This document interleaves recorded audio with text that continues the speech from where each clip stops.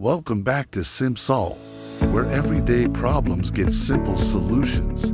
Today, I'm showing you 5 kitchen hacks you'll wish you knew earlier. These are fast, practical, and they make cooking way easier.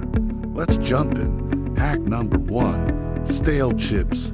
If your chips lose their crunch, don't toss them. Spread them on a baking sheet and heat them for 3 minutes.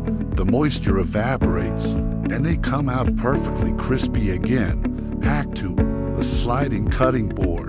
Place a damp paper towel or cloth underneath. Instant grip. No more chasing your vegetables across the counter. Hack 3, stubborn jar lids. Wrap a thick rubber band around the lid. It gives you extra grip and the jar twists open easily. Hack 4, herbs that wilt fast. Store them upright in a glass of water like flowers. Cover loosely with a plastic bag and they'll stay fresh for days longer. Hack 5, pots that boil over. Lay a wooden spoon across the top.